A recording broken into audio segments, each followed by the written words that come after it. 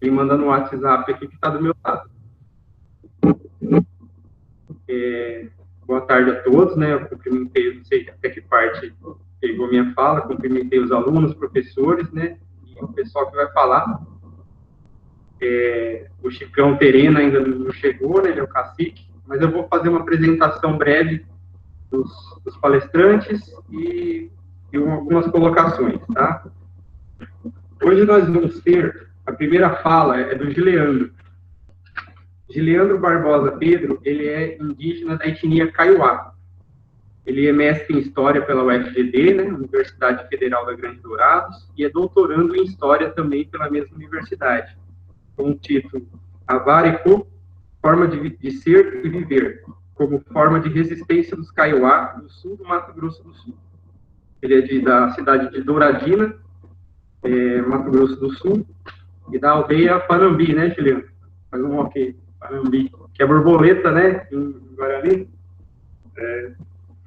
Nós temos também, que vai falar após ele, o João Marcelo Cassar Ismael.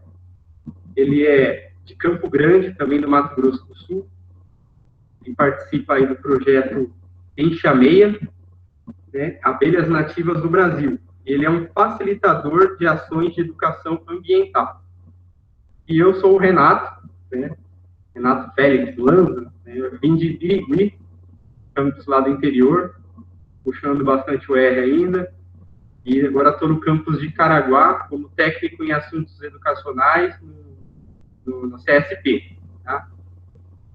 E mais tarde, se entrar o Chicão Terena, então, ele é cacique da etnia Terena, da aldeia Copenoti, na cidade de Avaí, São Paulo, é a terra indígena Araribá. Na terra indígena Araribá, tem duas etnias, os Guaranis e os Terenas, e 4 aldeias, Copenoti, Equeruá, Nimoendaju e Tereguá. Ele é professor da escola estadual, né, da aula de geografia, ele é licenciado pela USC de Bauru, Universidade Sagrado Coração, e representante da Arpim Sudeste, que é a Articulação dos Povos Indígenas. Tá? Então, antes de começar, eu chamo a atenção aos alunos, não sei se todos conhecem um pouco do movimento indígena, da história, mas eu vou dar alguns dados do IBGE, o censo de 2010, né? Um censo que está já defasado, né? Deveria ter sido feito em 2020, né? Mas estamos com problemas aí, pandemia, né? Falta de verbas e vontade política também. E no censo de 2010, os indígenas apareciam com a numeração aproximada de 900 mil pessoas. Tá? Provavelmente esse número vai aumentar no censo mais atual. E eram 305 etnias e 274 línguas faladas aqui dentro do Brasil. E até expande para a América, né? América do Sul. Isso porque, para a gente perceber que os povos indígenas, esse termo é correto porque eles não são um só, né? Não são todos iguais, não são todos da mesma cultura, da mesma religiosidade, etc. É plural. Então, só pelo número, quase 300 línguas, né, dentro do país, a gente acha que é só o português que é falado aqui. E esquece dessas línguas que são originárias aqui do próprio território. E algumas pela América também, né? Aí, por exemplo, aqui na live de hoje, a gente vai ter um da etnia Guarani, né, Kaiowá, e o Tereno. Já são dois povos diferentes, né? A base linguística é completamente diferente também, né? Poderia citar outros, Caingangue, os Krenaques, tá? E vários outros. Aqui na região de Caraguatatuba, e Batuba, São Sebastião, Bertioga, as aldeias são principalmente Guarani, a gente fala Guarani-Mbiá, né, que é uma das divisões do Guarani. Aí depois o Juliano pode falar melhor sobre isso também. E na capital paulista também, além do litoral, a maioria também é Guarani-Mbiá. Agora, se a gente for para o interior de São Paulo, já vai ter uma divisão entre Guaranis e Terena e Caingangues. Né? Nas 3 aldeias do oeste paulista, da região que eu estava, tem Icatu, tem os Caingangue e Terena, Vanuíri, que tem os Caingangue e os Krenak, e Araribá, com as 4 aldeias, com guaranis e terenos. E lá no Mato Grosso do Sul, então, a quantidade a diversidade étnica é gigantesca também. Os livros da UFGD apontam pelo menos 11 etnias, que eu vou citar aqui, ó, são 11 povos diferentes.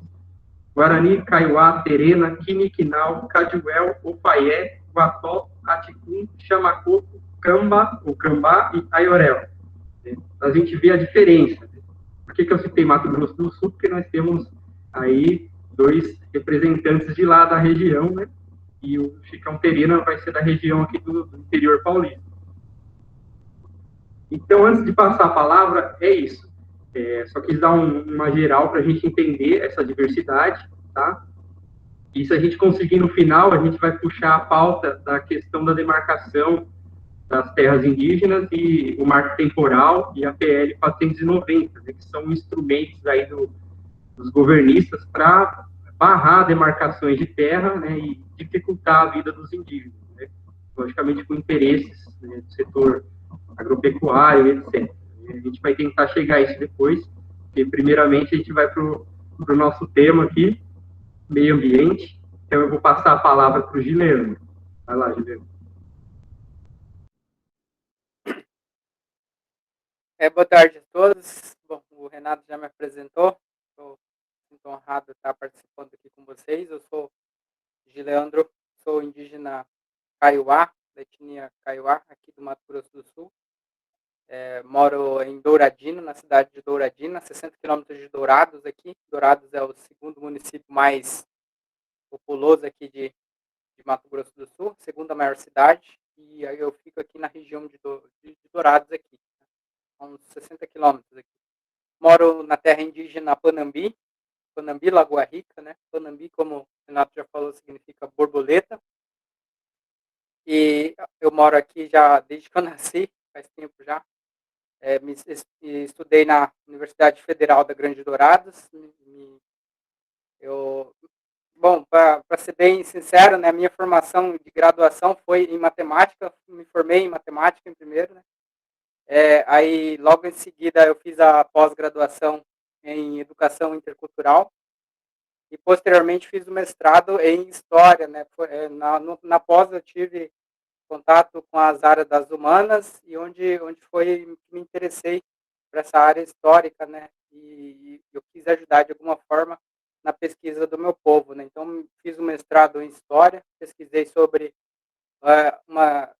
dos territórios, a categoria êmica, que sustenta, né, a resistência dos Kaiowá aqui, da terra indígena Panambi. Formei ano passado, defendi a minha dissertação. E esse ano ingressei no doutorado, também na Universidade Federal da Grande Dourados, aqui, estou seguindo firme. Não. Bom, o Renato tinha me pedido para comentar sobre exatamente as formas de ser do meu povo, né, Guarani Kaiowá. E muito interessante que essa aula é sobre meio ambiente, e me sinto muito honrado em falar sobre meio ambiente com vocês. Mas eu creio que, para falar mais de meio ambiente, também não tem como eu fugir de não falar da forma de ser e viver do meu povo. No nosso idioma, quando a gente fala da forma de ser e viver, a gente trata por teco, a forma de ser, a forma com que eu vivo, né? E segundo a tradição do meu povo, né, existem vários tipos de teco, né? Existem vários tipos de forma de ser e viver. E uma das coisas que nós, Guarani Kaiowá, nos baseamos é na forma de viver bem. Teco Porã. Porã, talvez muitos de vocês conheçam, né? Porque muitas das palavras, Brasil afora, ali já foram pegadas dos indígenas, né? Tem muitas palavras em nomes de cidades, nomes de locais, inclusive ali em São Paulo mesmo, uma vez eu visitei, aí o pessoal falava o nome do local e eu acabava associando no meu idioma o significado desses locais.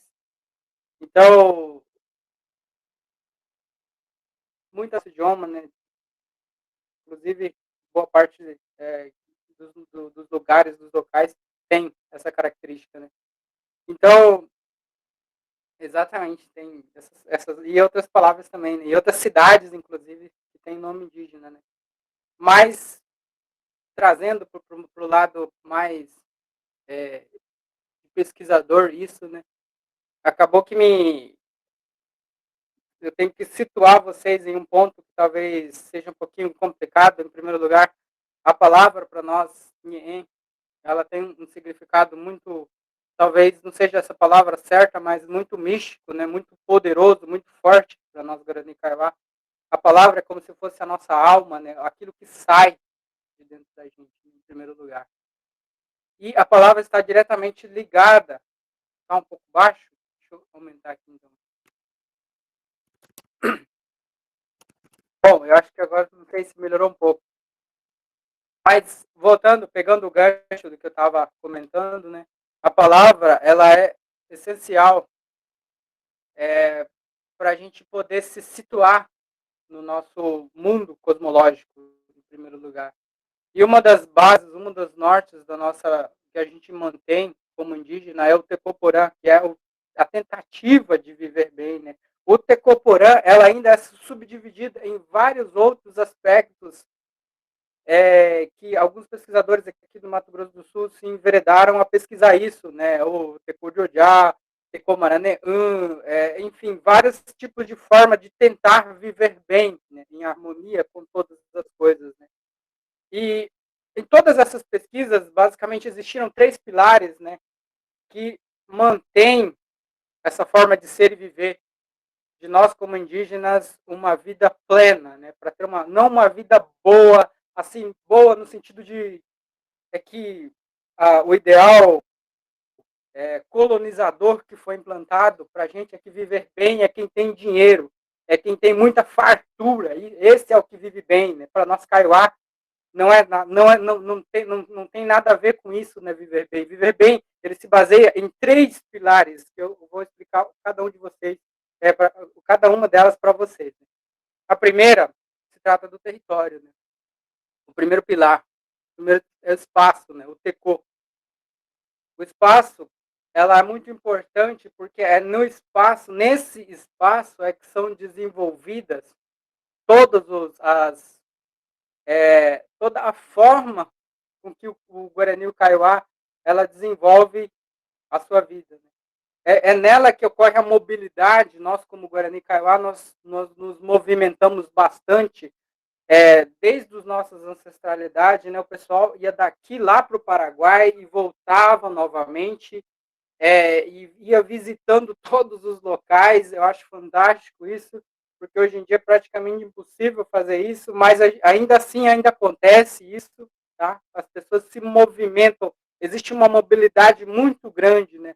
Apesar dos territórios estarem muito pequenininhos, né, do que era antes, o território era muito vasto, e agora já não existe mais isso, né? Então, esse é o primeiro ponto, né? Ter um espaço para viver, né? E nesses espaços estão presentes todos aquilo que é necessário para viver bem, né? Que são a caça, a pesca, a mata, né? A mata mesmo, ela tem um significado muito, muito forte, talvez muito significativo para nós como Guarani Kaiowá. As matas, dentro das matas tem toda a diversidade florística de animais, também de plantas. Tudo isso está dentro do espaço, né? O primeiro pilar que eu estou comentando aqui com vocês. Isso é necessário, né? Isso precisa ter. O segundo ponto, talvez não menos importante também, é de estar junto das pessoas, assim, daquele calor humano, onde a gente se sente bem, né? Talvez uma das maiores dificuldades que nós, como indígenas, hoje tem é ver como é que a sociedade que se diz civilizada, né, se desfaz tão facilmente do contato com as pessoas. Né? Isso é complicado. Né? Então, segundo ponto é viver perto daquelas pessoas com que a gente se sente bem. Né? Ou seja, tá assim, disponibilizar da nossa parentela, estar perto da nossa parentela, estar perto daquelas pessoas que vivem o mesmo que nós, né? Que têm o mesmo lema, que seguem os mesmos ritos. Isso é importante, né? O segundo pilar talvez seria isso, né? Viver perto dessas pessoas. Né? O terceiro ponto é ter o que comer.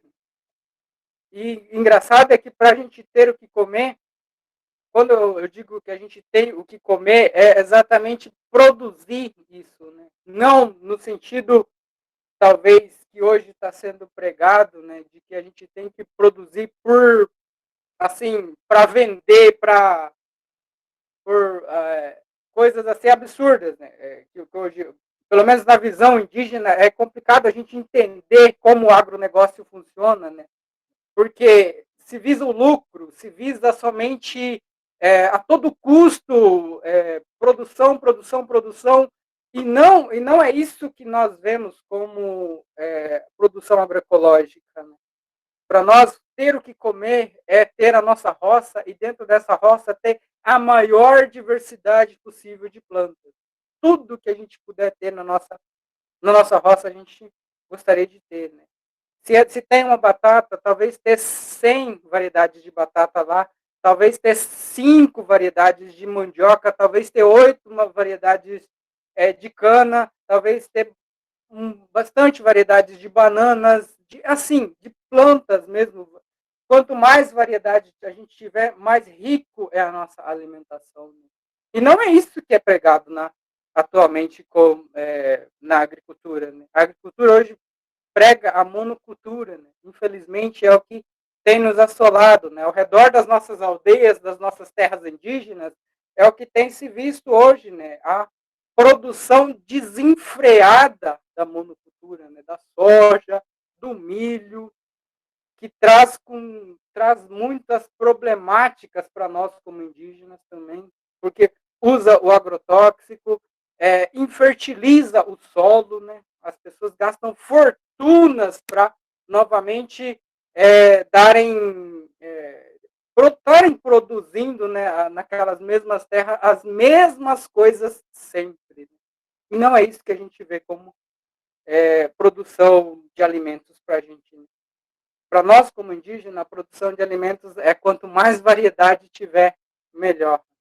Então, são esses 3 pilares, né? Ter o que comer, viver perto das pessoas com que a gente se sente bem e ter o espaço para isso. Juntando essas 3 coisas, eu faço uma provocação, né? Exatamente para ter essas 3 coisas, né? Nós, como indígenas, nós não precisamos, então, de riquezas. Né? Assim, como o capitalismo prega. Né? Atualmente, o capitalismo prega de que a gente precisa ter sempre cada vez mais. E eu acho que isso acaba sendo prejudicial para nós como indígenas. Né? Aqui, se nós como indígenas, às vezes, eu lembro que o meu avô, quando ele fazia as suas armadilhas na beira do rio, ele pegava, às vezes, um animal nessa armadilha, ele chegava em casa, na aldeia não tinha energia, ele pegava essa caça e dividia com todos os nossos vizinhos. Eu era criança, ele me dava um pedaço, falava, leva para fulano de tal, leva para outro fulano, leva para toda a vizinhança, era distribuído aquilo lá. E isso exatamente ao contrário do que o capitalismo prega para nós. Né? E exatamente com isso a gente não consegue manter a nossa forma de ser e viver, porque exatamente todo o sistema ele acaba nos oprimindo para a gente não continuar vivendo assim. Então, para falar de meio ambiente, em primeiro lugar, e isso está indissociável, pelo menos na minha cabeça, né? Não tem como eu falar de meio ambiente, não tem como falar de preservação, sem falar do estilo de vida, da forma de ser e viver que nós indígenas estamos vivendo. Nós estamos sofrendo um genocídio silencioso, infelizmente, estamos morrendo silenciosamente porque não estão permitindo com que nós nos expressemos da forma que nós desejaríamos nos expressar. Infelizmente, estamos passando por isso. Né? Então, mas toda a nossa forma de ser e viver, ela perpassa exatamente como se fossem dois pêndulos que têm que estar exatamente alinhados um com o outro. A forma de ser, ela tem que estar alinhado com a forma de viver, né? E a forma de viver, ela passa pela cosmovisão. A cosmologia está presente aqui na cabeça dos indígenas. Os indígenas, eles têm sofrido durante muito tempo muitas influências, né? Mas, de certa forma, a gente permaneceu resistente a isso, né? Primeira coisa que eu acho que tem que se entender é que nós, como indígenas, não pensamos como os não indígenas. Infelizmente, quem governa, quem está nos poderes, não está respeitando isso, né? Não está respeitando que nós pensamos diferente, nós temos a nossa própria forma de ser e viver. Vou contar um pouco, por exemplo, a natureza para nós, cada item da natureza tem os seus donos, né? Tem os seus jaras, aquele que cuida, né? Os animais têm os seus jaras, por exemplo, as antas têm os seus donos, os seus jaras, os peixes têm os seus jaras, as matas têm os seus jaras, os rios têm os seus jaras, tudo tem o seu dono na nossa cosmovisão, na nossa cosmologia. Então, toda vez que a gente vai pegar alguma coisa da natureza, nós precisamos pedir licença para esses seres, né, dimensionais. Né? Não se trata de uma mitologia. Né? Na nossa cabeça indígena, isso não é um mito, isso não é uma invenção, isso existe para nós como indígenas. Né? Então, isso é que não está sendo respeitado para nós, né? Que nós pensamos diferente, nós vivemos numa dimensionalidade diferente, né? Esses dias, um aluno meu me perguntou, né? A gente estava fazendo um trabalho sobre mitologias, né? E nós temos o mito do boi de Aguar, né? Que é uma sucuri, né? Uma sucuri, talvez, de outra dimensão. Deixa eu assim, né? Me permita me explicar um pouquinho o que seria isso, né? É como se o mundo estivesse aqui dentro da minha mão, o mundo visível, o mundo na qual nós vivemos, né? Existem ao redor desse mundo outras dimensões, dimensionalidades essas que vão crescendo um atrás do outro, né? Existe uma pesquisa que diz que os antigos, quem consegue acessar essas outras dimensões são exatamente os nossos xamãs, que a gente chama de nhanderus, né, através do canto, do morarrei. Então, exatamente através do canto, eles conseguem ir através de vários portais para outras dimensões, chegando a locais, às vezes, inacessíveis como o ser humano. Né? Então, às vezes, um animal que está presente numa outra dimensão passa por essa dimensão onde nós estamos morando e se mostra. Né? Aí aparece o boi de Aguar. Né? Aí aparece, às vezes, no português o pessoal chama de curupira, a gente chama de putadioai, né? Às vezes passa esses animais por nós e se mostram, né? E se o cientista for pesquisar, ele não vai encontrar, vai morar anos lá no mapa e não vai encontrar esses animais porque eles não pertencem a essa dimensão, né? Então, é isso que acontece, nesses animais vão passando e são tratados como mitos e para nós eles são reais, né? Essas coisas têm dono, têm os seus jaras, né? Numa outra conversa com o pessoal na aula ontem, né, eu contei o que aconteceu com o nosso rio aqui perto. Aqui na minha aldeia tem um rio na divisa aqui da aldeia. Do lado do rio, né, tinha bastante matas. A gente pescava, a gente toda tarde, quando era criança, a gente ia lá tomar banho no rio sempre. Do outro lado do rio existiam as fazendas de arroz. Né? Os fazendeiros de arroz começaram por desviar o curso do rio para a água poder ir com mais força para dentro dos arrozais e acabando com que o nosso rio, que era sinuoso, né? Ele acabou virando um pântano inacessível. Hoje ninguém consegue pisar lá. Né? É muito triste porque é um local onde eu cresci, onde eu vivi boa parte da minha infância. Hoje eu não consigo chegar lá, né? Porque virou um pantanal, um charco. Né? Ninguém consegue acessar lá. Então, aí eu perguntei para o meu avô, né, o que acontece com o rio se ele morreu. Ele simplesmente me disse que os jaras, os donos, ali que estavam ali retiraram seus animais e levaram para outra dimensão. Né? E exatamente, basicamente o que acontece quando a gente não cuida daquilo que nos é dado como dádiva. Isso é uma dádiva, a natureza é uma dádiva. Né? Então, se a gente não cuida, esses donos, eles acabam retirando da gente. Se nós não estamos cuidando das nossas matas, dos nossos rios, a gente acaba perdendo isso, infelizmente. Bom, partindo de tudo isso, né, só para resumir o final, não sei quanto tempo ainda tenho, Renato, mas só para finalizar já a minha fala, eu creio que nós, como indígenas, né, sofremos bastante. Aqui, eu levo por mim, né, desde que eu não entendia bem como funcionava o mundo do não-índio, até o momento em que eu me adentrei, eu tive o contato com a universidade e passei a fazer parte, talvez, desse mundo. Né? A partir desse momento é que eu comecei a entender como funciona o mundo de vocês, não índio. E isso eu acabei trazendo tentando entender da minha forma como Guarani Kaiowá. E como Guarani Kaiowá, eu acredito assim que existe muitas coisas que nós, como indígenas, nós valorizamos muito mais a vida do que talvez o capitalismo, do que a estrutura do mundo civilizado nos traz, ou dessas tentativas de nos transformarem em algo que nós não queremos ser. Exatamente há 50 anos atrás, né, surgia a teoria da integração, né, de que todos os indígenas do Brasil estavam em processo de integração, né, de que chegaria um momento em que todos os indígenas iriam se transformar em não índios, em brancos. Né. Essa era a teoria da integração. Né. Então, de que nós, de alguma forma ou de outra, deixaríamos de ser selvagens, entre aspas. Né.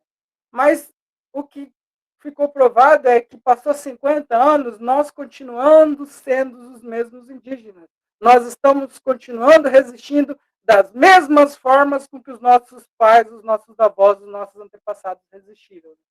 Então, é isso que eu tenho para comentar com vocês. Né? Deixa eu pegar algumas perguntas aqui do chat, me permitam só um pouquinho. Gileandro, eu anotei, elas são 5 perguntas, eu acho melhor a gente seguir para a fala do João, depois a gente volta. Beleza. Senão, porque eu vi que o Chicão já entrou. Da minha parte João? É isso. Pode passar para frente, Renato. Beleza, vamos lá, João. Agradeço.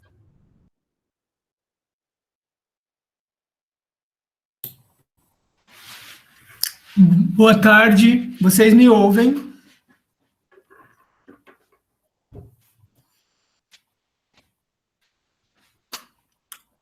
Gratidão. Mbaixapá, Indecaru, Gileandro, muito obrigado pela sua fala. Fico muito inspirado por ouvir a sua resistência, a sua sabedoria. Me deixa feliz saber que você está ocupando as cadeiras das universidades federais do meu país e a sua sabedoria pode ser passada para o seu povo e para o nosso também. Boa tarde a todas e a todos, professora Tiziana, professora Janice, Renato, em nome de vocês eu cumprimento todas as pessoas que estão aqui. Me chamo João Marcelo, sou nascido em Corumbá, uma cidade que é mais conhecida como a capital do Pantanal, e menos conhecida por ser o lugar que nasceu a primeira dama da botânica do Brasil, professora Graziela Barroso. Já falecida, terminou sua carreira no Jardim Botânico do Rio de Janeiro. Eu sou graduado em Direito há 20 anos, mas quando eu me graduei, eu tive uma imensa vontade de trabalhar com plantas e mais para frente as abelhas entraram na minha vida. Hoje eu moro em 1 hectare de cerrado, que eu preservo, onde eu não tenho animais silvestres, onde eu não tenho animais domésticos, os pets. Então, é um lugar que eu reservo para a existência de silvestres. Eu estou a 3 quilômetros da governadoria do meu estado, onde fica o governador do estado. e eu recebo quase toda noite a visita da anta, o maior mamífero do Brasil. Sou muito privilegiado por isso, e principalmente por conhecer os povos indígenas do meu estado e alguns do país também, com quem eu aprendo todos os dias. Eu queria começar dizendo que a gente vai falar de meio ambiente. E queria lembrar a todas e todos que nós somos o meio ambiente. 50% das nossas células são células não humanas. Nós somos o meio ambiente. Para muitos indígenas, eles nem fazem uma distinção entre eles e a natureza, porque eles são a natureza. Nós somos a natureza. Além disso, de nós não percebemos isso inatamente, nós temos algumas características básicas que eu não gostaria que vocês acreditassem e nem desacreditassem, mas que vocês experimentassem. Nós somos seres ignorantes por natureza e deludidos. Posso dar alguns exemplos. Nós olhamos para o sol quando está às 6 horas, 7 horas da tarde e falamos o quê? O sol está se pondo. Mas o sol se põe? Ou é a Terra que gira? Primeiro ponto. Segundo ponto. Somos pessoas que viajamos quilômetros para conhecer grandes monumentos do mundo, para fazer turismo, como a Torre Eiffel, como a Estátua da Liberdade. Mas eu pergunto para vocês, vocês sabem de onde vem a água que vocês bebem? Já foram até lá?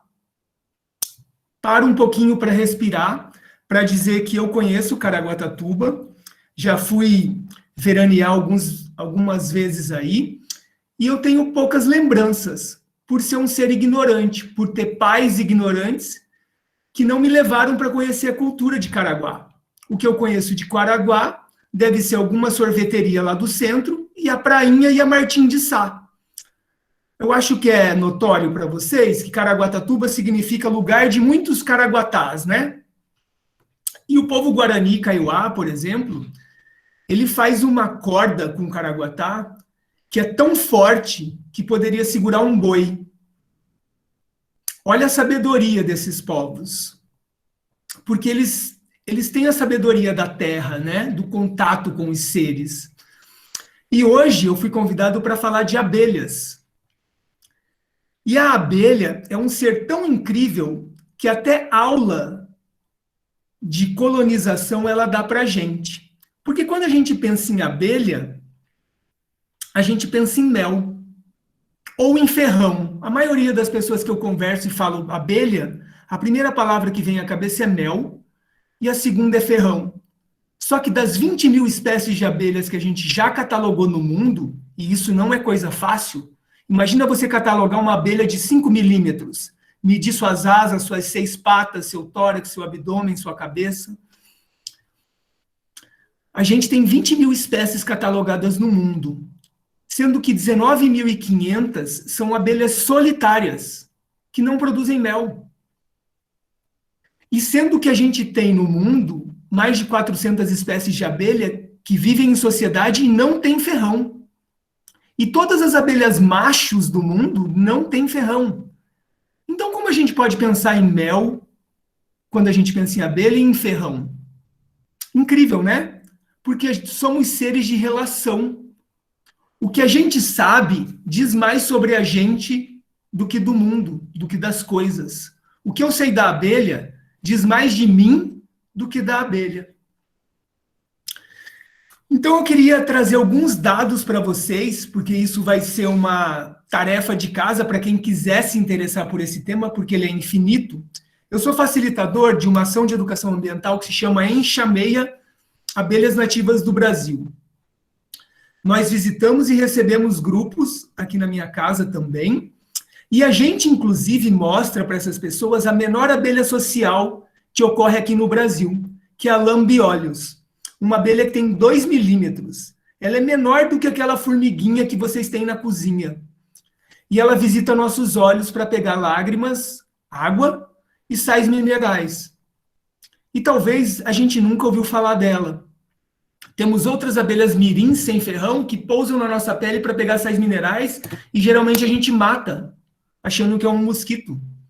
Nós temos uma abelha solitária, verde, que se chama abelha das orquídeas, que os machos vão nas orquídeas, pegam perfume, colocam nas patas, ficam cheirosos para atrair as fêmeas. E muitas pessoas matam achando que é uma mosca varejeira. Então, assim, nós no Brasil já catalogamos mais de 1.900 espécies de abelha. E agora eu vou fazer uma brincadeira com vocês aqui. Pensem, porque não vai dar para responder. Eu gostaria muito que a gente estivesse em roda e fosse uma grande conversa hoje. Não só uma pessoa falando e as outras escutando, mas que a gente pudesse estar em roda e ouvindo cada pessoa, né? Porque eu penso que esse sistema de educação que a gente implementou no Brasil e no mundo, ele é cansativo, tanto para a professora e para o professor, quanto para o aluno. Porque é um ser falando e 50 escutando, geralmente numa cadeira dura. Eu queria brincar com vocês aí. Pensem na cabeça de vocês. Quantas espécies de abelhas vocês sabem o nome? E quantas marcas de geladeira vocês sabem o nome? Apenas pensem. Essa é a primeira provocação. A segunda, inclusive para os professores e professoras que estão aqui brincarem com o seu caminho de Brasil, e ontem eu já falei e vou repetir, eu queria saber quem aqui conhece o único coelho brasileiro. Que se quiser abrir o microfone e falar o nome dele, só não vale quem ouviu ontem, para não perder a graça da brincadeira. Pode abrir o microfone e falar o nome popular desse coelho para mim. Se vocês não falarem dentro de 10 segundos, eu vou entender que ninguém conhece.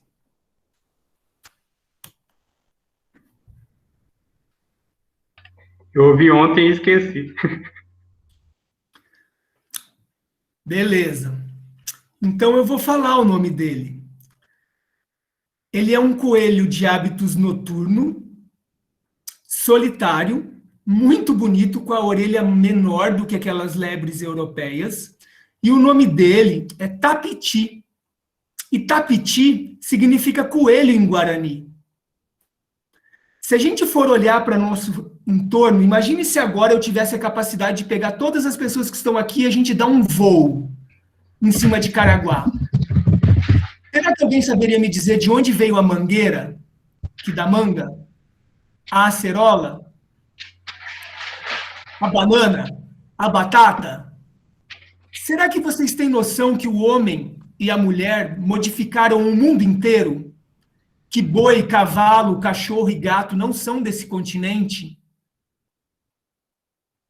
Vocês sabem da história dos espanhóis que chegaram lá no Peru e olharam para um porquinho que tinha lá e chamaram de coelhinho da Índia? E até hoje ele tem o nome de coelhinho da Índia? Porque eles achavam que eles estavam chegando nas Índias. Mas aquele coelho aquele porquinho tinha um nome lá, que se chamava cuí. Então vamos brincar um pouco com as palavras. É muito importante que as alunas e os alunos conheçam uma palavra que se chama etimologia, que é o significado da palavra. Caraguatatuba tem um significado, que é o lugar de muitos caraguatás. Caraguatá deve ter mais outro significado. Então, quando a gente começa a entender as palavras, a gente sabe aonde a gente está. E é interessante a gente dividir o indígena, o nativo, do exótico, do estrangeiro. Quando os portugueses chegaram aqui e disseram que descobriram, pesquisas acreditam que tinham 5 milhões de pessoas aqui. O que eles descobriram? Isso foi em 1500, né, que contaram para a gente. Em 1850, mais ou menos, um padre trouxe para o Rio de Janeiro 4 caixas de abelha europeia para fazer cera, para vela, porque eles ofereciam ao Santíssimo e já faziam na Europa. Depois disso, outros imigrantes italianos e alemães começam a trazer essas abelhas para o Sudeste e para o Sul, criando essas abelhas europeias, que são abelhas que têm ferrão, mas são relativamente pouco defensivas. Uma abelha dessa, quando ferrou a gente, ela perde o ferrão e morre. E essas abelhas você consegue manejar, se ela fosse pura europeia, apenas com uma roupa em cima. 50 anos depois, um dos grandes pesquisadores, o Warwick Kerr, trouxe umas abelhas da África para pesquisar. Elas enxamearam, ou seja, lançaram uma princesa, encontraram a europeia, que já estava na natureza, hibridaram, e hoje aquela abelhinha que quando a gente pensa em mel e que a gente toma ferroada, a gente pensa em abelha, aquela abelha é uma abelha do colonizador. E hoje, para você com mais precisão dizer o nome dela, você deveria dizer, é uma abelha africanizada. Apis mellifera é o epíteto dela. E a gente desconhece no Brasil, por conta de conhecer muito essa abelha e ser muito ligado ao mel, a gente desconhece 1.900 espécies de abelha nativas do Brasil. Como a mamangava, que é a maior abelha do Brasil, que poliniza o maracujá e algumas castanhas, que é uma abelha que tem um ferrão muito poderoso. A fêmea é preta, muitas pessoas acham que ela é um besouro, e ela é uma das poucas abelhas que consegue polinizar o maracujá com eficiência, e algumas castanhas. Outras abelhas do Brasil, como as meliponas sem ferrão, que vocês aí em Caraguá têm algumas, como a mandaçaia, elas são abelhas muito poderosas para polinizar certos tipos de plantas que precisa que o pólen seja expulso, porque elas vibram, diferente da abelha africanizada que não vibra.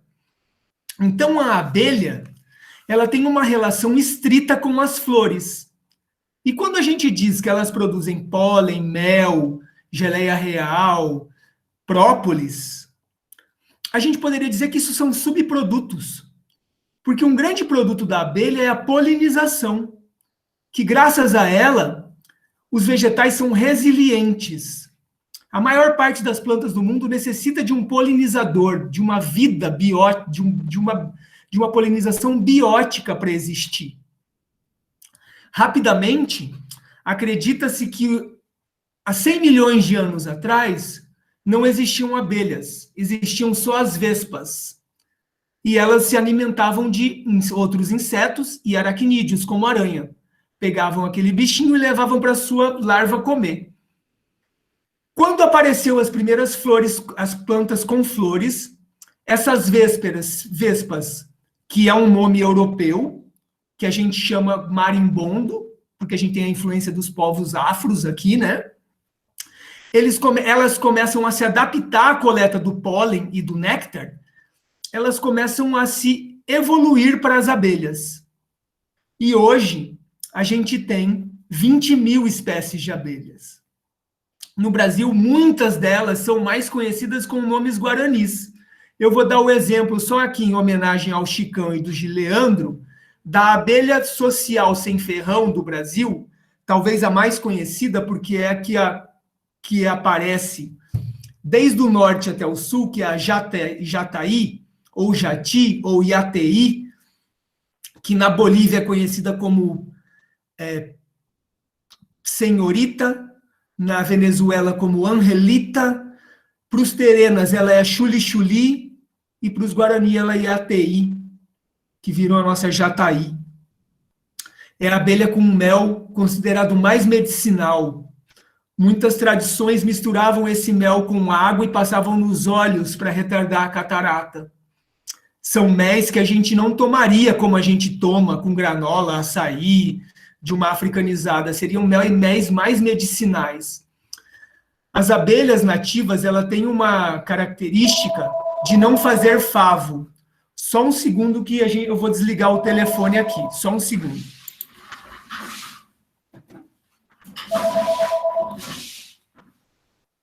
Ana, eu estou numa reunião, não posso falar agora. Um beijo, amiga. Eu sinto muito, gente. Eu desliguei o celular, mas tocou meu fixo aqui.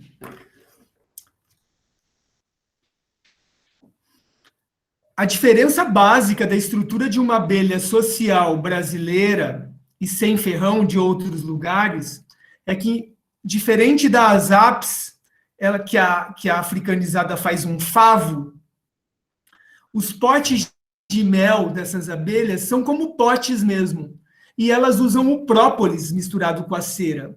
Então, esses méis, eles têm mais características medicinais do que o mel da africanizada. É um assunto muito grande, porque esses seres, eles se conectam com muitos outros seres.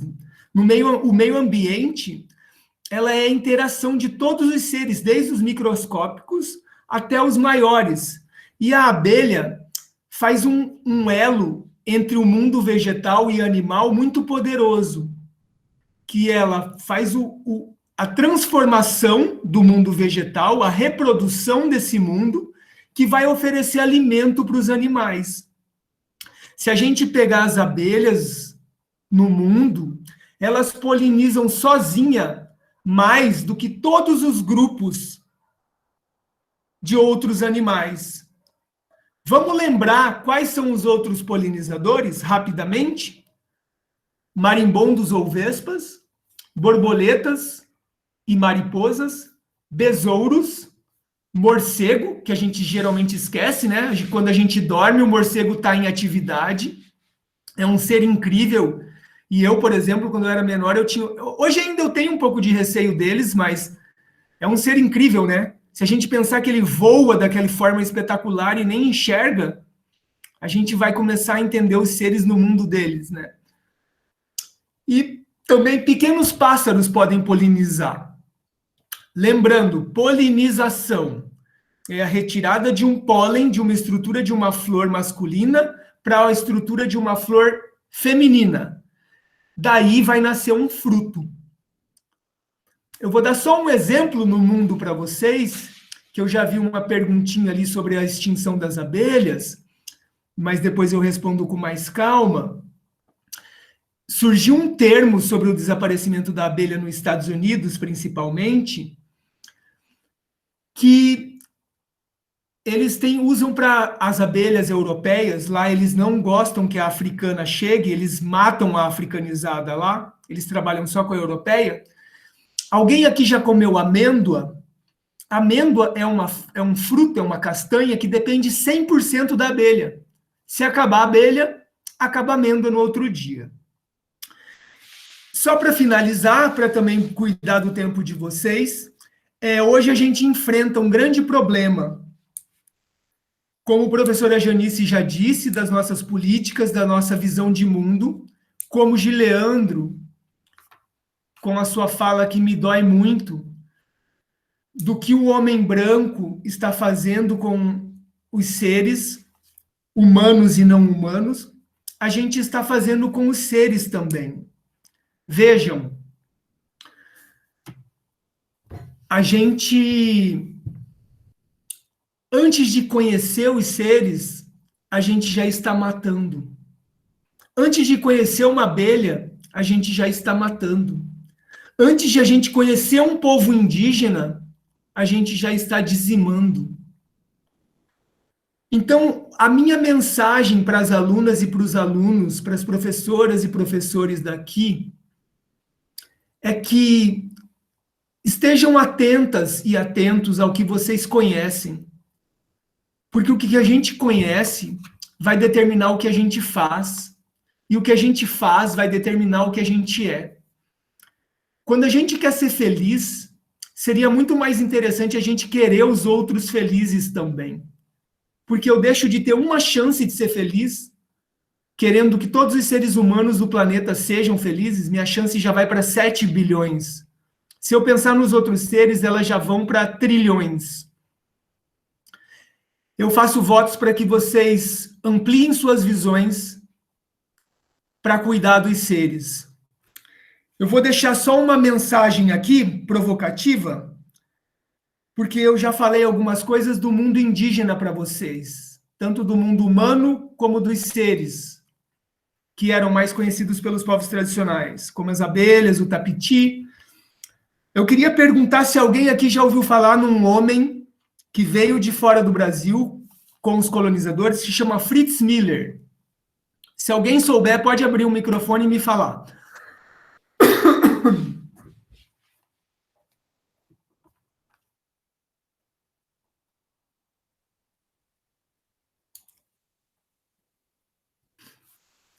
Posso entender como ninguém lembra do Fritz Miller?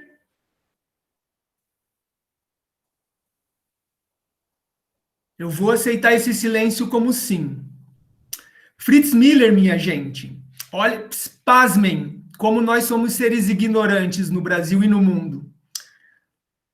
Ele era a pessoa responsável por trocar cartas com Charles Darwin. Ele morava em Blumenau, ele nunca colocou um sapato, ajudava os indígenas numa relação muito próxima, criou 9 filhas na roça, não queria que elas tivessem contato perto dos homens, ele tinha medo das religiões transformarem suas filhas, e ele era o papa da ciência naturalista no Brasil, e nós não aprendemos sobre Fritz Miller. Depois vocês pesquisem, tem um curta-metragem sobre ele muito bonito. Ele foi um propagador da ciência no Brasil, ele trocava cartas com Darwin. As experiências que Darwin fazia no hemisfério norte, ele fazia aqui. Como a gente não sabe nem do mundo do outro, nem do mundo do colonizador, nem do mundo do indígena. E eu vou deixar só um pensamento para vocês de outro senhor, que talvez a geração mais nova nunca tenha ouvido falar.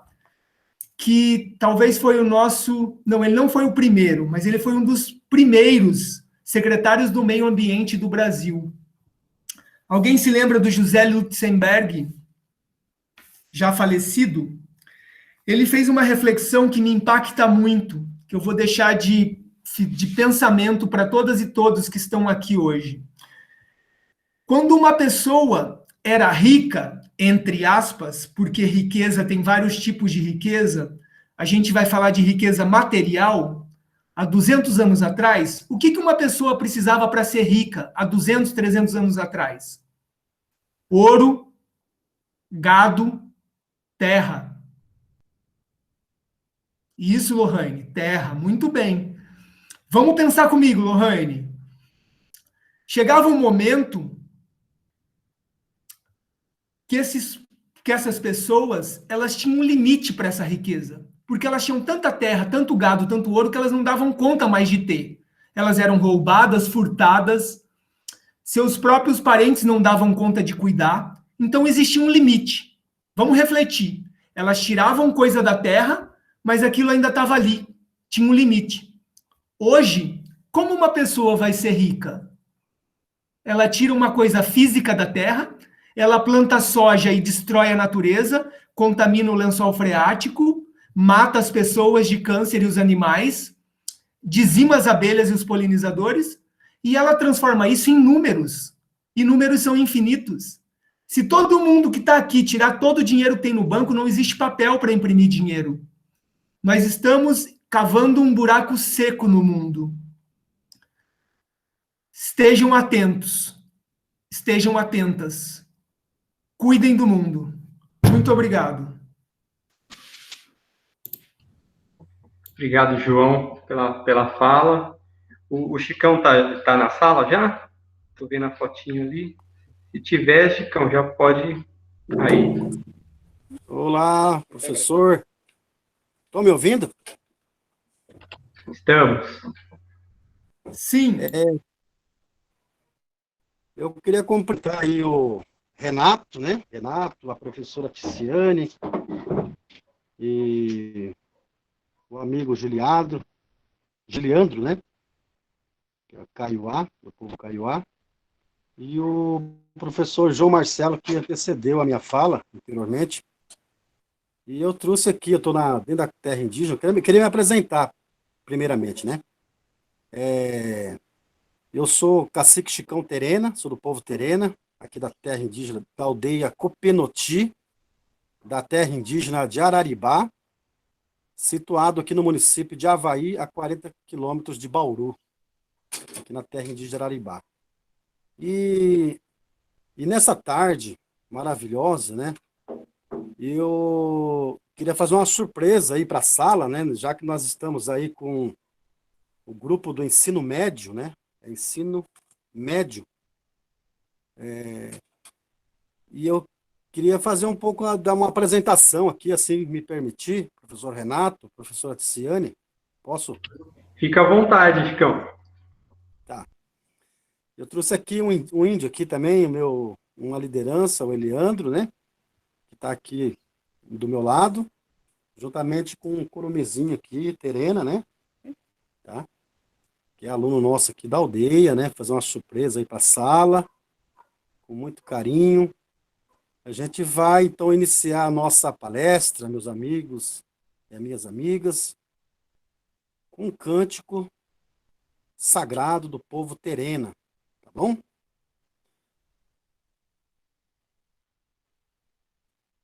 Em homenagem aos mais de 400 mil mortos pela Covid-19, inclusive indígenas também, que a gente perdeu diante dessa pandemia, a gente vai fazer o canto do Quipaé.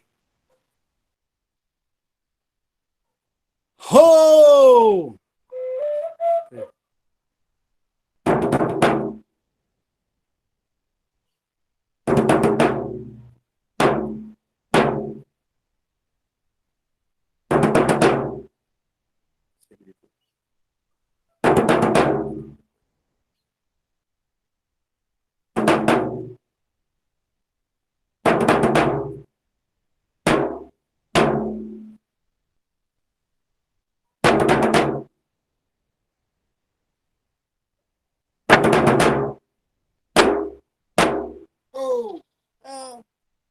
Ho!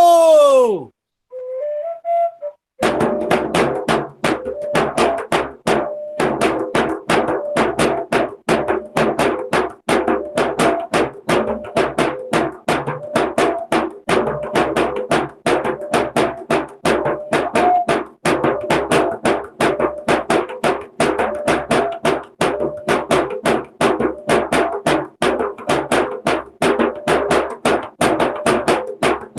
Ho!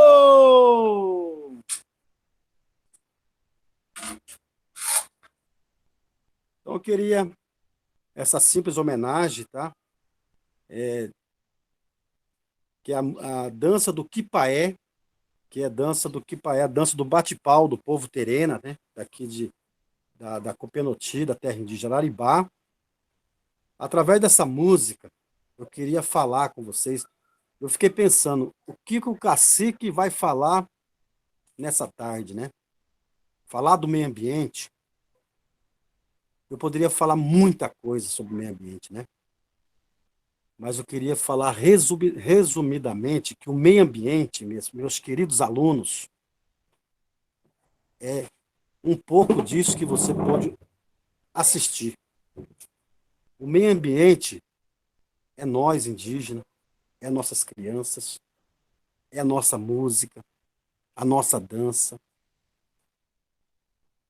a nossa mata, o nosso rio, o nosso alimento. Para a gente apresentar essa música, é feito. Cadê? Vocês já viram essa flauta? Daqui é uma flauta do povo Terena, que é feito de argila.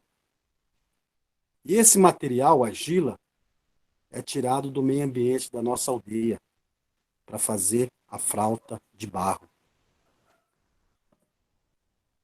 Então, eu queria que vocês, meus alunos aqui presentes nessa sala, pudessem fazer uma reflexão. O que o meio ambiente representa para o índio? E se vocês me perguntar, cacique, ainda vocês têm muita mata na aldeia de vocês? Lamentavelmente, nós convivemos com áreas que já não tem mata. Está acabando o rio. Faço aqui uma reflexão para nós, seres humanos, para vocês que são o futuro da nossa nação, para os professores formadores de opinião, os alunos que estão nessa sala, que têm um compromisso de garantir vida para futuras gerações. A nossa terra indígena de Araribá, meus queridos, sofreu degradação ambiental, assoreamento. Pra vocês entenderem, em torno da terra indígena de Araribá, existe uma presença de monocultura muito forte, o plantio de eucalipto, o plantio de laranja, o uso de agrotóxico. Os rios estão secando, está acabando o rio. Nós não estamos tendo consciência da gravidade da questão ambiental do nosso planeta. Hoje falta água. Nós temos a cidade próxima da aldeia, que é Bauru, que é um rio que abastece, que é o rio Batalha, que passa dentro da terra indígena de Araribá, está secando esse rio. Então, acredito que tem que haver um comprometimento tanto do poder público, tanto também de nós, seres humanos, de fazer alguma coisa, né? Então, eu queria trazer essa mensagem para vocês aqui hoje, né? Mas como reflexão, como eu falei, Kiko Cacique vai falar para essa sala, né? Então, assim, eu trouxe para vocês hoje aqui um pouco da nossa cultura, né? Nós estamos vivendo aí um momento de pandemia, né? Nós não tá tendo aula presenciais na aldeia, nós não estamos tendo tempo de sair da aldeia para apresentar nossa cultura fora da aldeia, né? Então, nós estamos vivendo momentos difíceis, né? Tanto o povo indígena, tanto toda a população do mundo, do planeta. Então, há um interesse nosso também, enquanto indígena, de trabalhar a questão ambiental, de fazer essa reflexão com os alunos, com os professores, envolvendo a comunidade. Temos aqui um trabalho também, né? Dentro do trabalho de questão ambiental, nós criamos uma organização denominada Instituto para a Defesa do Meio Ambiente Indígena, na qual a gente está fazendo um trabalho de recuperação ambiental, envolvendo as crianças, envolvendo os professores indígenas, com o objetivo de reflorestar a nossa reserva indígena. Então, isso nós indígenas estamos fazendo, né? Quando se fala que é muita terra para pouco índio, né? Isso é uma grande farsa, uma grande mentira. Os indígenas, como o meu amigo Kaiowá, que me antecedeu na fala também, falando o que a terra, o que o ambiente representa para o povo indígena, para tirar o seu sustento, a sua alimentação tradicional, o material, a parte cultural, que é muito rico, né? O Terena, por exemplo, meus amigos, fala o Terena, o Kaiowá fala o Kaiowá, o Cangangue fala o Cangangue. Então, há uma diversidade, né? Eu creio que o professor Renato comentou com vocês na abertura, que são mais de 200 povos indígenas existentes no Brasil, são mais de 900 indígenas, cada povo tem seu idioma, sua cultura tradicional. Então, isso é uma riqueza que nós temos dentro do Brasil, a diversidade de povos indígenas, né? E quero deixar aqui para vocês, dizer o seguinte, que cada um de vocês, alunos que estão aqui, vão ser formadores de opinião, vai ser futuro prefeito, futuro governador, futuro presidente da República, futuro que vai trabalhar com a causa indígena também, né? Então, antes de muitas pessoas criticarem a questão indígena, conheça o povo indígena primeiramente. Só assim, a partir do momento que você conhece a cultura do outro, aí sim você pode falar alguma coisa ou fazer algum trabalho junto com vários povos existentes no nosso estado, no nosso Brasil. Bom, muito obrigado. Eu deixo aqui também a minha fala à disposição para responder algumas perguntas, né? E sempre que eu falo nas minhas palestras, eu estou sempre aprendendo também, né? Eu quero falar um pouco da minha cultura, mas também aprender com vocês também, né? Aprender com os professores, para que a gente possa viver numa cidadania importante dentro do território brasileiro. Aina Priaqué, e muito obrigado por vocês estar assistindo essa aula com a gente, tá? Muito obrigado, Renato, e a todos presentes. Obrigado, Cacique Chicão. Quase falei errado. Muito obrigado por trazer a música, né, dos Terena. Creio que os alunos devem ter gostado bastante, a gente também. Agora a gente vai abrir para as perguntas. Eu fiz uma lista aqui. O primeiro é o Cauã. Cauã, você quer fazer a pergunta? Você mesmo quer que eu faça?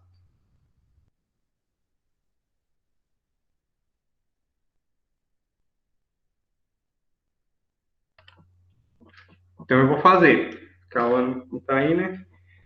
O Cauã, ele perguntou...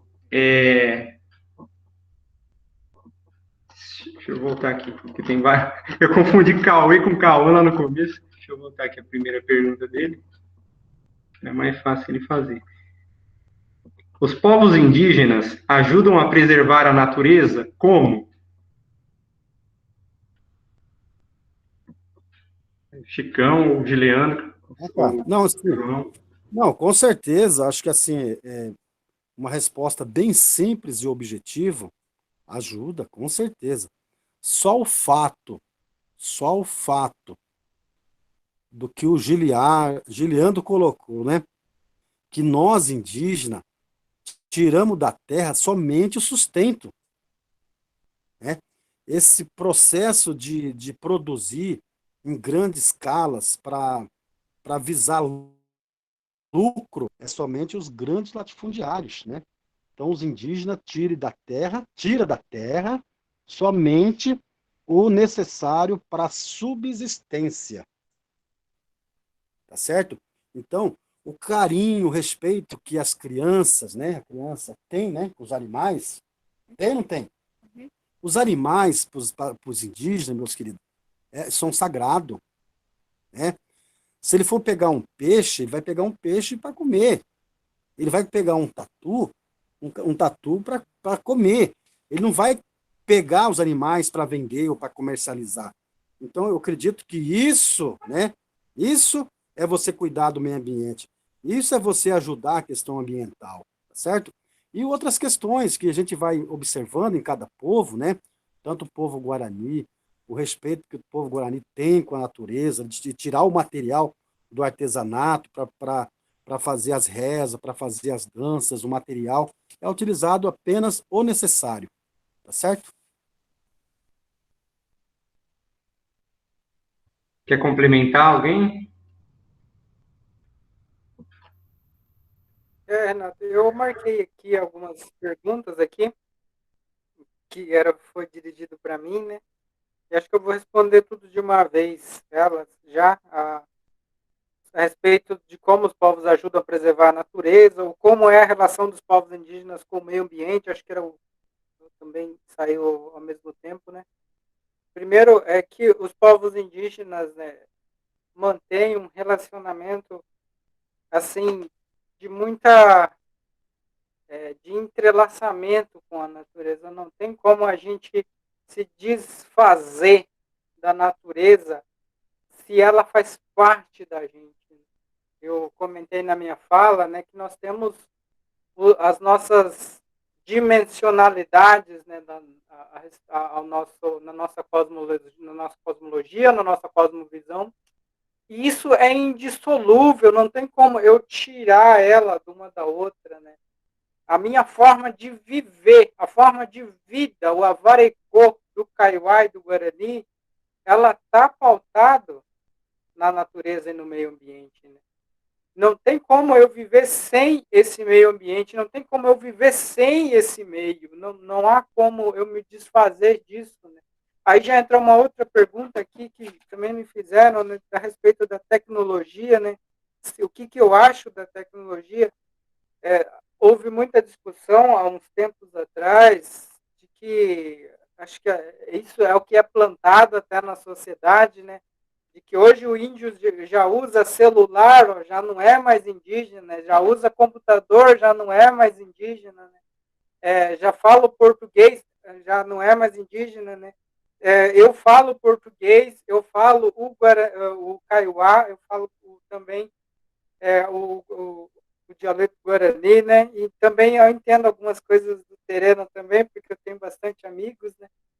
Inclusive a minha essa riqueza que a gente, de culturalidade que a gente tem, às vezes não é, passado para frente, né? É pregado de que o indígena está está deixando de ser indígena, né, infelizmente. E com a chegada da tecnologia, a gente acaba, os indígenas acabaram se apropriando disso para o próprio fortalecimento cultural, né? Aqui no Mato Grosso do Sul existe meu irmão trabalha na Ascuri, né? Se vocês quiserem pesquisar depois no YouTube, né? Tem bastante vídeos onde eles fizeram no intuito assim de fortalecer a identidade cultural dos Kaiowá e dos Guarani, né? Então, a tecnologia ela veio para agregar, né? A própria escola, mesmo a escola não é uma criação tradicional dos Guarani, dos Kaiowá, né? Mas nós soubemos nos apropriar da escola para lutar pelos nossos direitos, né? Se eu estou aqui fazendo uma pós-graduação, um doutorado, é porque eu me apropriei disso em defesa do meu povo, né? Então, eu não estou negando a minha indígena como indígena, se eu estou fazendo um mestrado, um doutorado, se eu falo português, se eu uso um celular, se eu estou vivendo, infelizmente, que sai da aldeia porque já não tem mais espaço nas aldeias, fomos esbulhados das nossas terras, fomos expulsos dos nossos próprios locais de origem para poder, hoje, o governo virar e falar, eles não são mais índios, né? Se dependesse realmente dos poderes, estaríamos extintos, né? Existe até como é que é mesmo? O que se falaram dos indígenas, né? Que se fizessem como fizeram lá os norte-americanos com os indígenas, se matassem, era isso que realmente desejaram para nós, né? Desejaram que nós fôssemos extintos, mas nós resistimos, né? Resistimos vivendo o nosso modo de ser, que é pautado no meio ambiente. Então, eu acho que eu respondo basicamente as 5 perguntas que me fizeram, Renato. E se existe a apropriação cultural, é exatamente do que eu estou falando, né? Nós aprendemos de que temos que lutar com aquilo que nos é oferecido, né? Se nos é trazido também, a partir do contato, a gente cria novas expectativas, né? A respeito da nossa própria existência como indígena. Bom, eu tentei sintetizar assim, as 5 perguntas aqui, Renato, que foram direcionadas para mim. Beleza, qualquer coisa eu vou perguntando pro pessoal, eles escrevem no chat se ficou alguma coisa para trás, né? Eu acredito que a pergunta do Cauã, do Cauê, a do Emerson e a da Emily, Diane, né? Acho que marquei estranho aqui. Até as 5 foi respondida. Eu acredito que a pergunta 4 da Heloísa, a gente pode entrar, porque ela falou sobre cosmologias. Você quer perguntar você mesma, Heloísa, ou eu faço? Oi, eu posso perguntar. Eu perguntei assim: a cosmologia de cada povo indígena é diferente uma da outra? Eles acreditam em coisas diferentes?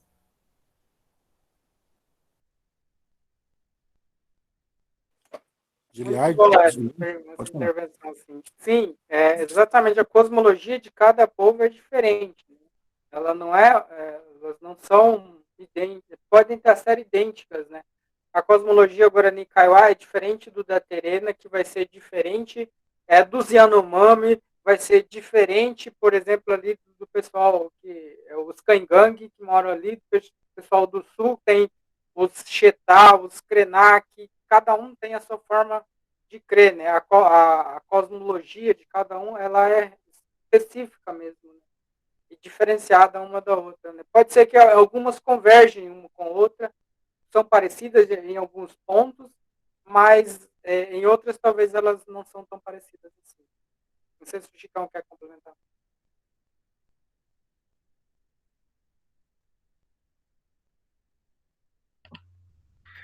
Vou seguir então.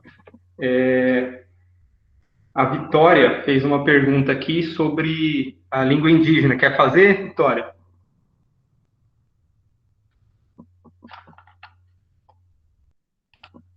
Então eu vou fazer por ela. Eu Pode queria fazer. saber se, tipo, tem pessoas que falam alguma língua indígena dentro dessas tribos que vocês vivem.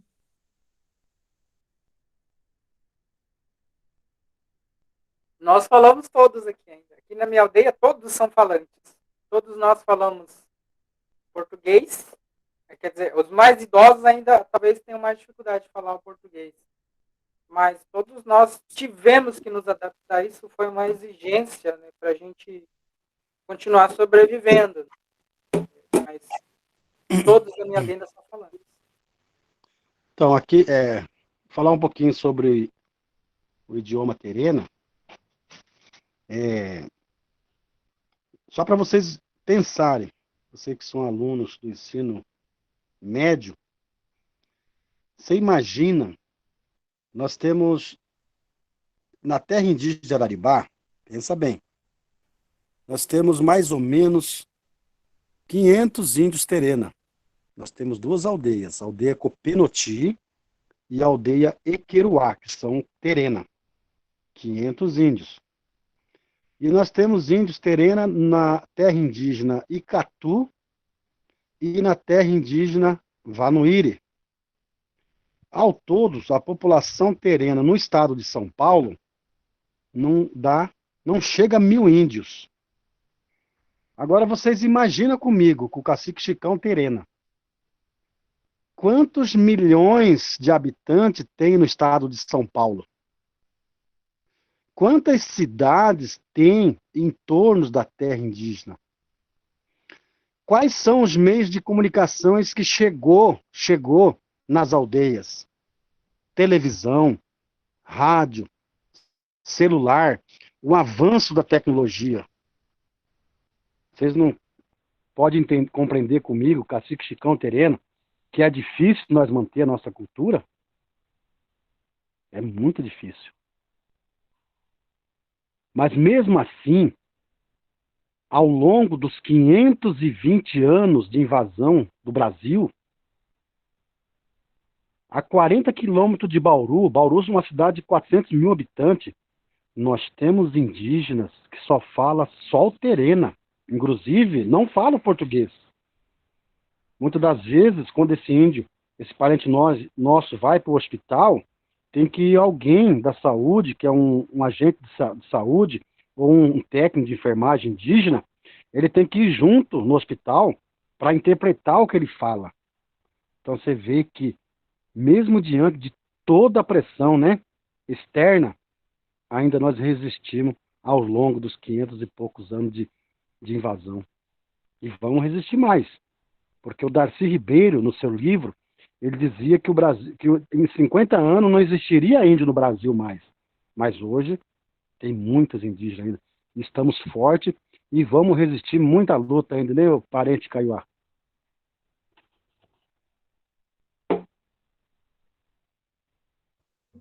Obrigado, Chicão. Agora é a Janice. Quer fazer a sua pergunta, Janice, ou eu faço? Pode fazer, porque eu não lembro mais. Ela perguntou assim, ó, como é o dia a dia das comunidades e como se mantém? O dia a dia, Eu acredito. o dia a dia dos povos indígenas, falando um pouco da nossa realidade aqui, é um dia a dia normal. As crianças brincam bastante, as crianças vão pescar, as crianças ajudam os pais nas tarefas domésticas, ajudam a fazer o artesanato, tem as festividades, as danças, as fogueiras, as contação de história. Então, é uma liberdade que tem na terra indígena. E aí, cada povo vive de forma diferenciada. Por isso que é interessante que cada um de vocês possa estudar cada povo indígena. Quando um professor, um pesquisador, ele entra numa terra indígena, primeiramente, ele vai estudar quais são as culturas, diversidade da cultura, do idioma, do artesanato, da dança, da reza, da espiritualidade de cada povo existente.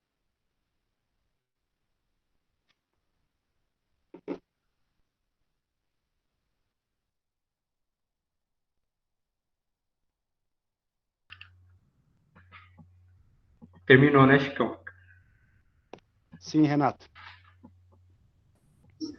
Tá, vou passar para... Não sei se o Juliano quer falar ou posso passar para a próxima. João também, pode entrar na conversa aí, João. O João tem muita experiência, João. Cacique pede para você falar que você conhece muito de abelha. E a abelha, pessoal, ele tem uma ligação espiritual muito forte com vários povos indígenas, né? Que usa o mel como medicinal, né, em cada povo, tem até espiritualidade, né? O povo guarani usa bastante o mel, né? Então, além de ser produto comestível, né, para curar doença, para fazer o remédio caseiro de cada povo indígena, ele também tem um lado espiritual, né? Eu queria que o João também pudesse falar, João, entrar com a gente aí, você também tem bastante experiência aí, né? Tá certo?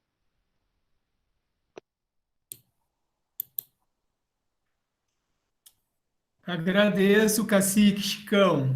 Eu estou aqui contemplando, ouvindo com muita alegria vocês. Acho que essas questões aí precisam ser respondidas por vocês, o protagonismo é de vocês. Eu não me apresentei como um aliado da luta, mas eu sou também. Eu sou facilitador também do coletivo Terra Vermelha aqui em Campo Grande. Não tive a oportunidade de conhecer presencialmente, mas espero que um dia possa ser possível conhecer Gileandro e Chicão. Eu não sei de quem que Gileandro é irmão, fiquei curioso, porque eu acompanho o trabalho da Ascuri ou Ascuri, não sei se é Eliel. Eu achei até ele parecido com Eliel Benites, mas eu acho que não é Eliel, né? Depois você me fala, Gileandro.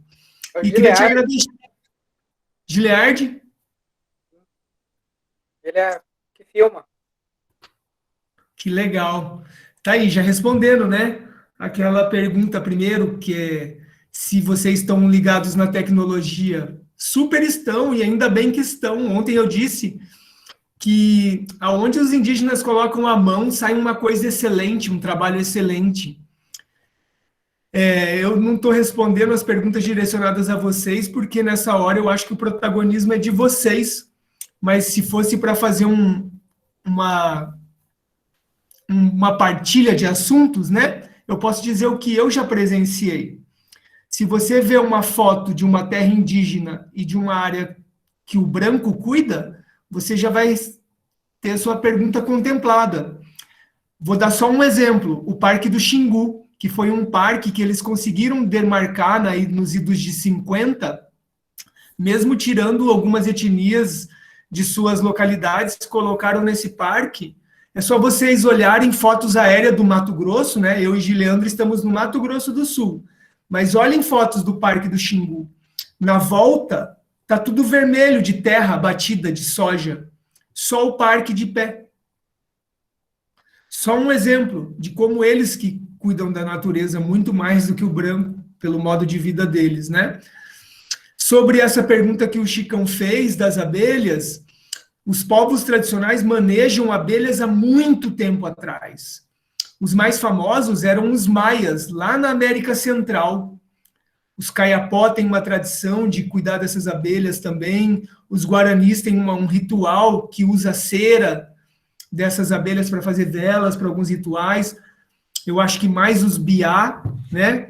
Eu e Renato, para falar, por exemplo, Guarani, o Renato fala imbiá, e eu falo biá. Vocês já viram como que o Gileandro pronuncia Guarani biá? A gente não consegue nem falar, mas é mais ou menos isso, Guarani biá, que estão aí mais próximo de vocês. E hoje eles estão resgatando essa cultura, porque percebam, como o Cacique Chicão falou, eles foram dizimados, os locais que eles habitavam foram destruídos, as abelhas foram destruídas junto também. Vamos lembrar que uma abelha sem ferrão brasileira, a rainha não voa, ela fica dentro de uma árvore, a colmeia. Quando pega fogo naquela árvore e derruba uma árvore, aquele enxame morre.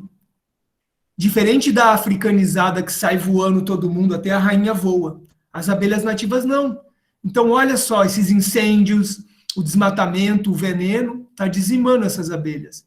E isso, quando você dizima esses animais que os povos se relacionam, as frutas, você está matando um pouco desse povo também.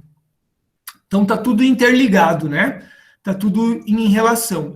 E lá, ontem, o Cacique Chicão deu o exemplo da menor terra indígena do Brasil, que eu nem sabia disso, gostei de saber, que é o Jaraguá, que resiste, eu conheci até o Márcio Bogarim, que ele era aqui do nosso estado, Mato Grosso do Sul, e está lá, eu conheci ano passado, ano retrasado em São Paulo, e eles estão criando abelhas de novo lá na terra Jaraguá, como uma forma de preservar esses seres, respondendo aí a pergunta. É isso, vamos seguindo. Queria ver do Marcos Anselmo se a pergunta dele foi contemplada. Se não, se ele quiser fazer a pergunta.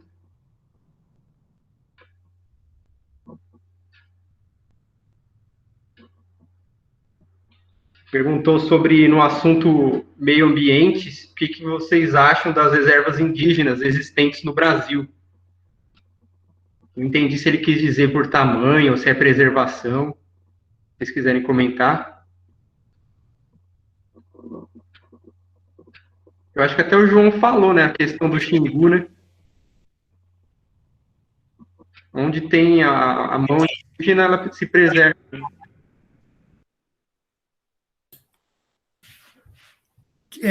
Eu não vou me atrever a falar por Cacique Chicão e nem Gileandro nessa pergunta, assim, eu só quero ouvir aqui bem quietinho, mas é um assunto que demanda muito tempo, né? Vamos ver se eles conseguem responder brevemente. Eu queria falar assim, que o Brasil foi dividido por região, né? Eu acho que isso é visível aí, né? A região sul convive um povo indígena, na região norte outro povo, a região nordeste outro povo, região centro-oeste outro povo indígena. Então, se a gente observar, meus queridos, as regiões que chegaram primeiro, os portugueses, os espanhóis, né? Onde foram ocupados primeiramente, houve uma foi destruído primeiramente, né? Se você observar toda a região nordeste, onde nós temos um número representativo de povos indígenas, são áreas que foram totalmente desmatadas, né? A região sul, a nossa região aqui de São Paulo, né? Só não desmataram mesmo a Mata Atlântica, né? A Mata Atlântica, onde está o povo Guarani aqui em São Paulo e Rio, toda essa parte de sul, né? Do Rio de Janeiro até no Rio Grande do Sul, só respeitaram a Mata Atlântica. Fora isso, devastaram tudo, né? Tudo por conta, meus queridos, do agronegócio, né? Aquilo que o parente Kaiowá colocou. O agronegócio, ele tomou conta do país, né? Hoje, o que resta de pouca questão ambiental é as terras indígenas, entendeu? Em torno da terra indígena de Araribá, para vocês terem uma ideia, a terra indígena de Araribá são 1.930 hectares, né? Isso que corresponde a 800 alqueires.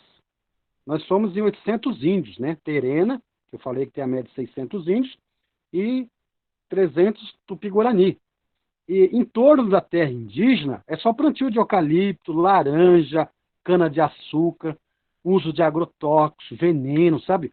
Então, assim, as terras indígenas estão servindo de refúgio para os animais. Eu acredito que na região de vocês também, né Juliana? Não é diferente. Em torno, soja, laranja, cana-de-açúcar, eucalipto, e a terra indígena, cuidado pelos nós indígenas, sendo refúgio para os animais, sabe? E aí nós somos tirados como terra improdutiva, não produz riqueza para o país, e vivemos o quê? Tudo em nome do agronegócio. Infelizmente, pessoal, lamentavelmente, o Brasil caminha para esse grande problema, questão ambiental. E agora de olho no Amazonas, né? Acho que falando um pouquinho, acredito que vocês devem estar ouvindo aí nos meios de comunicações, a questão do marco temporal, que vocês podem pesquisar depois também, né? Sei que a aula talvez pode fugir um pouquinho da questão ambiental, mas vocês podem trazer essa reflexão de pesquisar o que é um marco temporal, né? Marco temporal, o que é a PL 490, o que isso vai impactar na vida dos indígenas, né? É tudo em nome do capitalismo, né? Eles querem que já explorou o Sul, já explorou o Nordeste, já explorou todas as áreas que já foi explorado desde ao longo desses 500 anos, agora eles querem invadir o Amazonas, desmatar, vender madeira, entendeu? E boa parte dessas terras são territórios indígenas. E aí eles querem explorar a qualquer custo, né?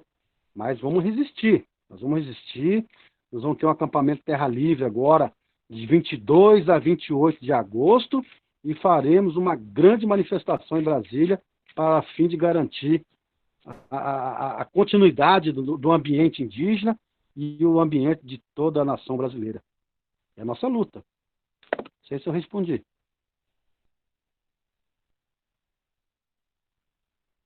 Renato? Aqui no Mato Grosso do Sul, a gente tem a segunda maior população indígena do Brasil, mas mesmo assim nós temos a menor representatividade em terras indígenas do Brasil também. Nos anos, desde que o SPI criou 8 reservas indígenas aqui, pequenas mesmo, no Mato Grosso do Sul, praticamente era terra de indígenas, né, que foram distribuídas assim a lotes para os imigrantes virem aqui, né? Aqui onde eu moro, a terra indígena aqui, ela tem 280 hectares, né? É bem pequenininha para uma população de 1.000 indígenas, né? Então nós fomos amontoados, né? Colocados um em cima do outro, praticamente. Por quê? Para limpar as terras para os colonos, né? Para limpar essas terras, falar, não, essas terras aqui já estão livres para poder usufruir assim de quem quiser. E o mais chocante de tudo isso é que tem cidades aqui na região aqui que diz que nunca tiveram indígenas, né? Sendo que são do lado aqui onde nós morávamos, né? Então, a terra indígena aqui é Panambi, Lagoa Rica, ela já foi demarcada, ela foi reconhecida, mas a gente vive numa briga assim ferrenha com o ruralismo, né? Com o agronegócio, porque eles falam que nunca tiveram indígenas nesses locais, mas nós sempre resistimos, né? Nós estávamos aqui, como nós éramos tutelados, em outras palavras, não respondíamos por nós, e aí somente depois de 1988 é que nós tivemos a possibilidade de lutar por nós mesmos, e antes disso nós não podíamos lutar por nós mesmos. E aí o governo agora com esse marco temporal, eles querem falar que o indígena que lutou antes de 1988, eles têm direito a essas terras. Mas como que nós íamos lutar antes de 88 se nós nem falávamos por nós éramos os tutelados, né? Nós não tínhamos a nossa própria visibilidade como gente, né? Nos anos 60 nós éramos os selvagens, os desalmados, os sem alma. Nós não éramos pessoas. Então, é inconcebível isso, né? É muito triste, porque estamos, como eu falei no começo da minha fala, né? É um genocídio silencioso, né? A gente não consegue lançar a nossa voz para ser ouvido, né? E como é que a gente vai manter o meio ambiente assim, se nós vivemos num pedaço pequenininho que era o nosso espaço, né? Do grande espaço que nós vivíamos, nós estamos vivendo no minúsculo espaço, sem poder muitas vezes acessar essas terras que eram nossas por direito, que foram reconhecidas, inclusive, mas que, como diz a propaganda aí, o agro é pop, o agro é tech, o agro é tudo, e para isso eles têm que dizimar os povos indígenas, né? Não nos dando o direito nem ao acesso a essas terras, né? Infelizmente, é isso, né? Eu acho que não tem como a gente manter o meio ambiente saudável se não está em nossas mãos, né? Aqui no Mato Grosso do Sul é uma briga quanto a isso, né, entre as terras, entre os ruralistas e os indígenas, né? Isso até já saiu até na mídia nacional, inclusive, né? Mas espero ter respondido essa pergunta também. Obrigado, Gileandro. Eu acredito que a pergunta da Gabriele e da Giovana foi respondida, né? Questão de exclusão dos povos indígenas e sobre perda cultural, que a Giovana falou. Vou fazer um bloco de questões relacionadas com a abelha, A do Cauã, vou fazer por vocês, tá? Porque a gente está com o tempo bem corrido. Cauã, ele perguntou: abelhas estão desaparecendo? Correm o risco de extinção? A Isabela perguntou: há política de conservação ou apresentação de espécies de preservação e proteção de espécies de abelhas nativas? E a Lohane perguntou: a abelha africanizada é agressiva? E a Beatriz: com o aumento das temperaturas devido à crise climática, quais são as consequências para as abelhas? Aumento de temperaturas se relaciona com aumento de extinção? Vai lá, João. Eu vou esperar. O Cacique Chicão parece que está compartilhando alguma coisa aí.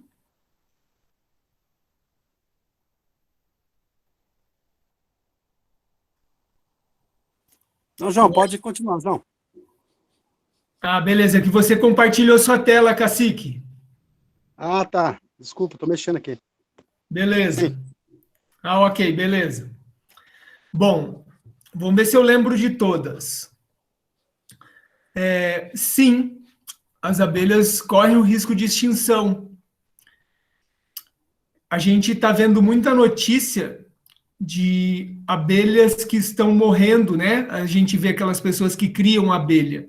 Mas se lembrem que eu falei aqui da abelha que foi trazida pelo colonizador, que seria africanizada, que a atividade se chama apicultura, porque a abelha se chama Apis, o gênero dela. E a gente tem pessoas que criam abelha sem ferrão do Brasil, que é a meliponicultura, que cria os meliponíneos. O que se dá mais ênfase são para as africanizadas, porque a gente chega lá no apiário e vê aquelas milhões de abelhas mortas. E aí eu pergunto, e as abelhas que estão na natureza? Do lado de uma fazenda de soja, dentro de uma fazenda de soja, naquela pequena reserva que eles tacam veneno? Elas estão, sim. Acho que o principal problema das abelhas hoje é o agrotóxico, que é a base dessa maneira insustentável que o agronegócio opera, que é prejudicial para todos os seres. Não só para os seres que eles querem combater, mas para todos os seres. A questão climática, ela é uma questão que vai prejudicar a vida dos seres também. Porque você aumentar abruptamente a temperatura, ela desregula a vida dos vegetais, por exemplo. Então, está tudo interligado, essas mazelas que o homem está causando para a Terra. Eu vou lembrando assim aleatoriamente, e depois Renato veja se faltou. As abelhas africanas, elas são agressivas? Veja bem, importante a gente pensar isso. Se lembra que a gente está aqui com o Gileandro, que falou que para ele a palavra é como se fosse a alma. Eu até anotei aqui, porque ela sai da gente. Alguém de vocês aí conhece um animal que saia batendo, mordendo ou ferroando a gente do nada? Tipo, você está na rua e vem um animal e te morde? Talvez um mosquito, né? Não sei, mas ele precisa se alimentar. Eu não conheço um animal que a gente possa chamar que ele é agressivo, porque para mim agressivo é um ser que sai e vai fazer dano para outro ser, a troco de nada. Então, agressivo eu não usaria esse termo, sabe, Cauã? Eu usaria defensivo. E isso sim. Hoje eu li um meme ainda de brincadeira dos grupos de abelha do Brasil. Uma pessoa fez um quadrinho assim. Diz que a mãe da abelha estava falando para a abelhinha assim. A pequenininha estava falando para a mãe: mãe, você não falou para eu ser uma abelha boa, mas eu tenho ferrão. Eu disse para você ser boa, mas eu não disse que você não precisa se defender. Então eu acho que essa é uma pergunta, eu acho que é uma resposta que eu posso te dar, mesmo dessa forma lúdica de brincadeira. Eu prefiro dizer que elas são defensivas. Geralmente na mídia, nos jornais, na televisão, a gente escuta ataque de abelha. Eu não falaria que é um ataque de abelha, eu falaria que é uma defesa de abelha. Porque a gente está acabando com o meio dela, ela vai morar num lugar, a gente passa por lá e bate nela, ela vai se defender. Como eu disse, a abelha não sai picando aleatoriamente. Mas sim, essas abelhas africanizadas que têm ferrão são muito defensivas. E apenas uma picada nela, para uma pessoa que é alérgica, pode levar à morte. Então é interessante cuidar. Quando a gente está em um meio natural, numa floresta, numa mata, é interessante que a gente conheça. Não é só a abelha que pode matar uma pessoa alérgica. Uma formiga, uma aranha, uma vespa, uma cobra, tem muitos seres que se defendem.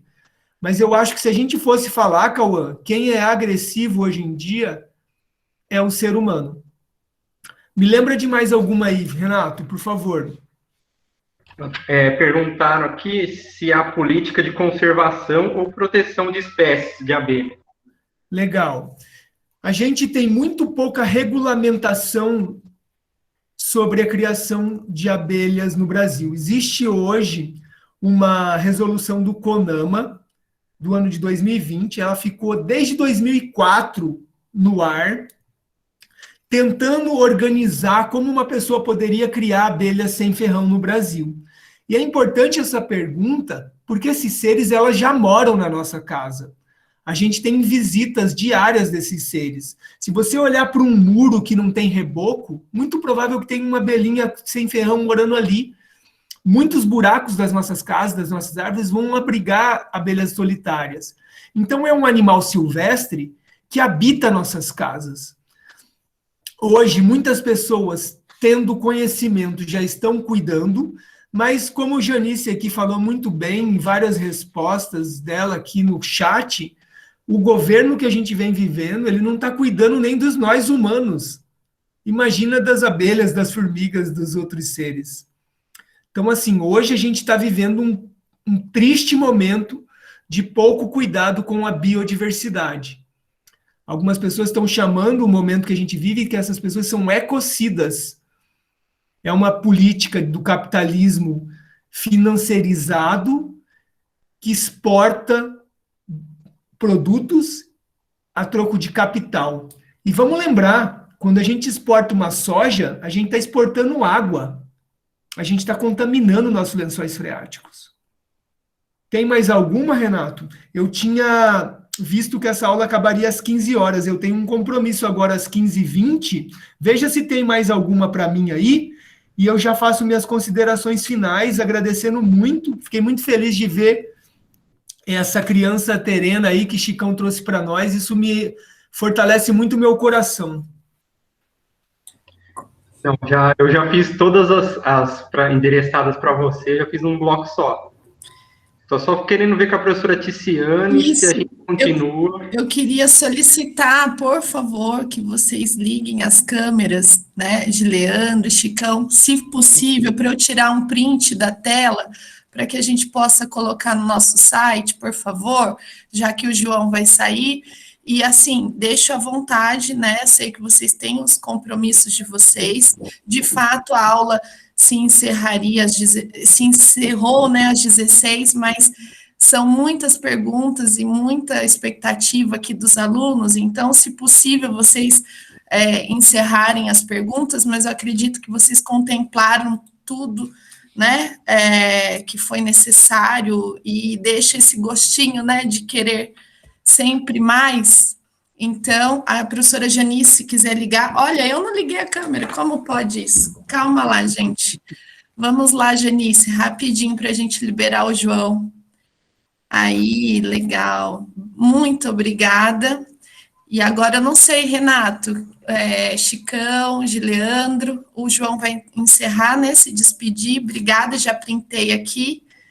João, coloca o link lá do projeto que o aluno perguntou. Tá, joia. Tá, eu vou escrever o nome do nosso projeto e do coletivo Terra Vermelha também. Se vocês digitarem isso, já vai aparecer Facebook, Instagram e nosso pequeno blog. E já vou fazendo as minhas considerações finais com muita gratidão a vocês.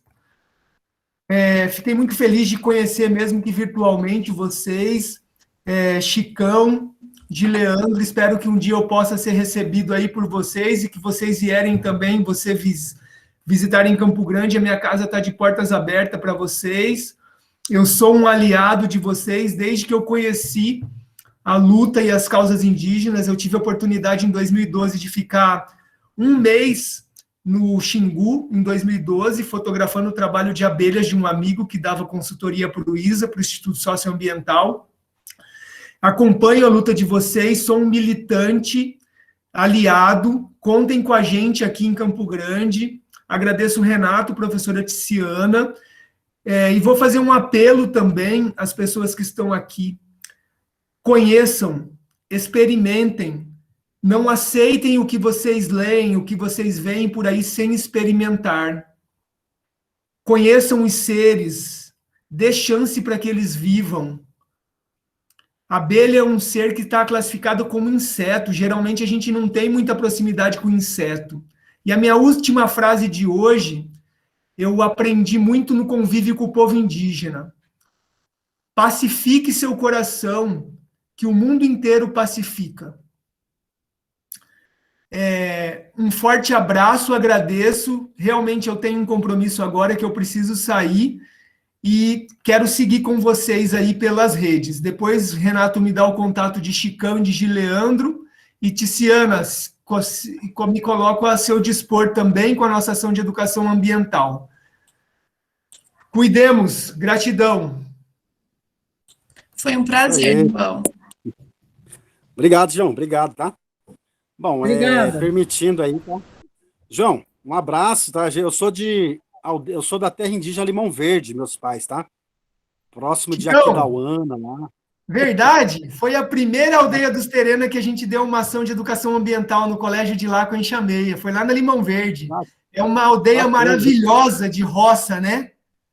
Poderosa aquela aldeia, né? Obrigado, João, mas assim, eu queria agradecer a todos, tá? A oportunidade do Instituto ceder esse espaço para a gente, tá? Renato, a Tiziana, ao professor Samuel Guarani, que intermediou a nossa participação nessa aula maravilhosa.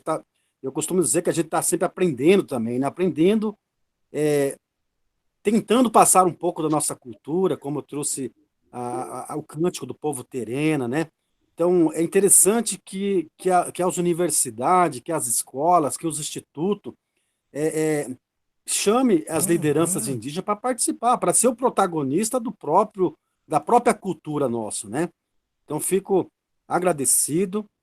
Em Terena é Ainapuiaqué, muito obrigado pela oportunidade. E se vocês quiserem acompanhar aí, como a gente está no meio da internet, meio de comunicação, o Chicão Terena está no Instagram lá, né? A gente está sempre postando material, divulgação das festividades, dos eventos, né? A gente tem que entrar nesse meio tecnológico, porque a gente não, o movimento, por exemplo, indígena, as mídias não divulga, não passa, né? E nós vamos ter uma luta muito grande travando agora, de 22 a 28 de agosto, pessoal, em Brasília. A gente pretende reunir mais de 5 mil indígenas em Brasília, em busca de quebrar aí o marco temporal e derrubar essa lei PL 490, tá bom? Conto com o apoio de todos, simpatizantes, professores, pessoas que conhecem a causa indígena, e eu quero gratidão a todos. Ainapuiaqué, muito obrigado e até a próxima.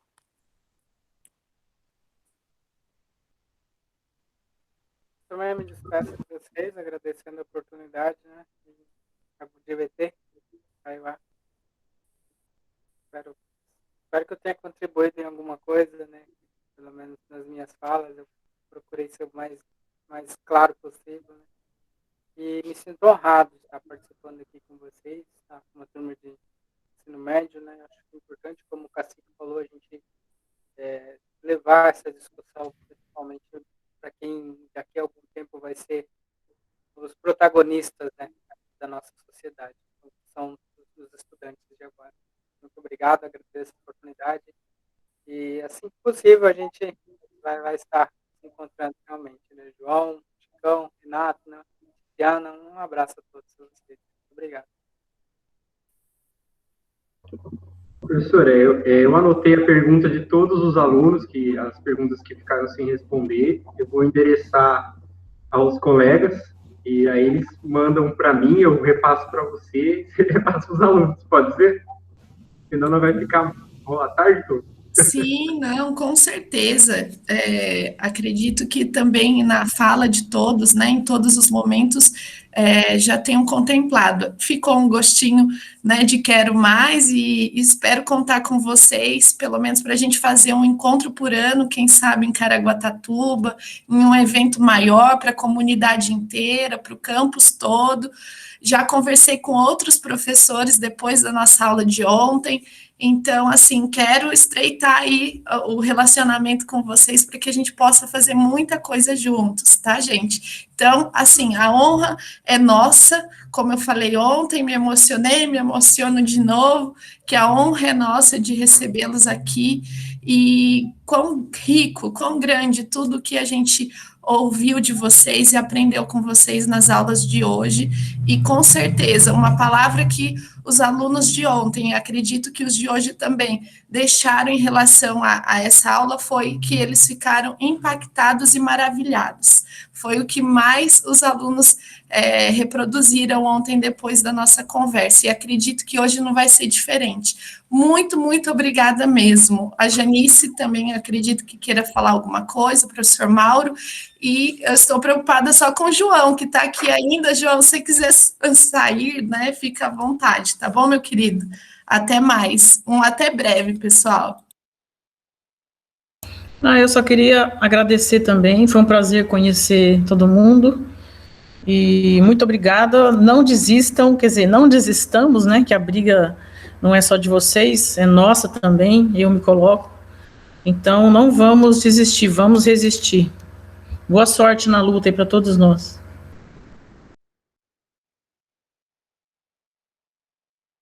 Bom, eu também faço minhas palavras da Janice aí, faço muito gosto que a gente também mantenha o encontro, né, pelo menos uma vez ao ano, e tomara que presencial, né.